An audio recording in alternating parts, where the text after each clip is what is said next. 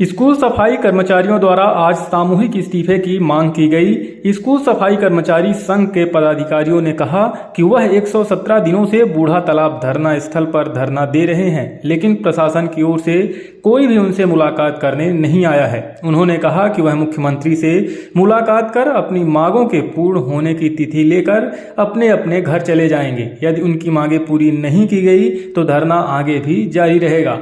हम लोग छत्तीसगढ़ अंशकालीन स्कूल सफाई कर्मचारी हैं जो पिछले 12 सालों से अपनी सेवा स्कूलों में दे रहे हैं, जहां बच्चों का भविष्य गढ़ा जाता है, उसको साफ सफाई, उनको स्वच्छता का माहौल देते हैं। आज इस कोरोना काल में भी हम हड़ताल में, लेकिन इस शासन प्रशासन को सुध नहीं है कि बच्चे किस स्थिति में वहां जाएंगे। अगर किसी को कोरोना हो गया, अगर हम स्वच्छता नहीं करते हैं तो उस स्थिति में क्या होगा। आज हम आंदोलन करते हुए 117 दिन हो गया, शासन प्रशासन हमारी सुध नहीं ली रही। हमने जब कांग्रेस का सरकार था, कांग्रेस विपक्ष में थे, तब उन्होंने हमारे मांगों को पूर्ण बहुमत के साथ बोले थे कि जब हमारी सरकार बनती है तो हम आपकी मांगों को 10 दिन में पूरा करेंगे। क्या इस सरकार को 10 दिन की गिनती नहीं पता है? दूसरे बार उन्होंने बोला था इस साल किसानों का, अगले साल कर्मचारियों का। कहाँ गया वो उनका वादा, उनका शब्द? सरकार मंशा क्या है उनकी? हम यहाँ 117 दिन उनके डेहरी में बैठे हैं, लेकिन वो आज तक हमसे एक शब्द बातचीत करने नहीं आ रहे हैं।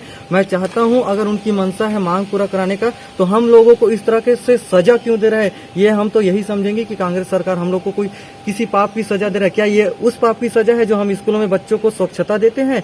ये किस पाप की सजा दे रहे हैं जो हमें इस 112 दिन 117 दिन हम अपने घर परिवार को छोड़ के रायपुर में बैठे हैं? अगर उनकी मंशा है हमारी मांग को पूरा करने का, तो हम चाहते हैं कि उनसे एक मुलाकात हो जाए, उनसे बातचीत हो जाए, वो लिखित में आदेश कर दे कि हम आपकी मांगों को इतने दिनों में पूरा कर देंगे। हम चुपचाप अपने शांति से अपने घर चले जाएंगे, अपने बाल बच्चों के साथ रहेंगे। लेकिन इस सरकार की मंशा क्या है, वो चाहती क्या है? वो अपने वादों से मुकर रही है कि क्या है, वो हमसे बातचीत ही नहीं करना चाह रहे हैं। इस वजह से हम आज पूरे छत्तीसगढ़ के स्कूल सफाई कर्मचारी 27,000 जो है सामूहिक इस्तीफा दे रहे हैं। और अगर वो सरकार अपनी वादे, कांग्रेस सरकार जो अपने जन घोषणा पत्र वादा पूरा नहीं कर सकती, तो हमारा इस्तीफा स्वीकार करे। अगर वो इस्तीफा नहीं दे सकते, नहीं स्वीकार कर सकते, तो हम जितने छत्तीसगढ़ अंशकालीन स्कूल सफाई कर्मचारी हो कि उनको एक इच्छा मृत्यु की आदेश जारी कर दे। क्योंकि हम इस 2300 रुपया में 867 रुपया से स्टार्ट किए थे, आज 12 साल बाद 2300 रुपया है, तो इसमें मैं अपने घर परिवार कैसे चलाऊंगा? और मैं सरकार से यही निवेदन करना चाहता हूं कि अगर आपकी मंशा है, आपने जन घोषणा पत्र में लिखा है, तो आप एक बार वादा पूरा करो। देखिए, मेरे पास प्रतिनिधि मंडल मिले हैं और सफाई कर्मचारी अपने इस्तीफे की बात किए हैं। उनका जो मांग है और जितने उनके मानदेय है, वास्तविक में उस समय शुरुआत की गई थी, लेकिन सब वृद्धि हुई है, बाकी चीज़ों में वृद्धि हुई है। कर्मचारी को कभी तनख्वाह की बात आई है, तो इनके भी तनख्वाह में, उनके मानदेय में वृद्धि होनी चाहिए। और ये सामूहिक इस्तीफे की पेशकश की है, ये उनकी मजबूरी है। क्योंकि सरकार घोषणा तो बहुत सारे की है, लेकिन घोषणा करने के बाद में आज मुख्यमंत्री उनसे मिल नहीं रहे हैं, कतरा रहे हैं। शिक्षा मंत्री उनसे मिलते नहीं हैं, इनके ज्ञापन पर ध्यान नहीं दिया जाता।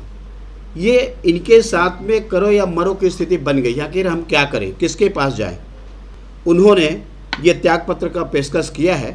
मैं चाहूँगा कि त्यागपत्र ये न दे, बल्कि सरकार इसके मांगों पर ध्यान दे। और मैं भी इस विषय में अधिकारियों से बातचीत करूँगा, शिक्षा मंत्री से बातचीत करूँगा कि इसमें पहल हो और इसकी सार्थक रास्ता निकालना चाहिए। इस बात के लिए हम विधानसभा में भी और यहाँ भी उसकी बातचीत करेंगे।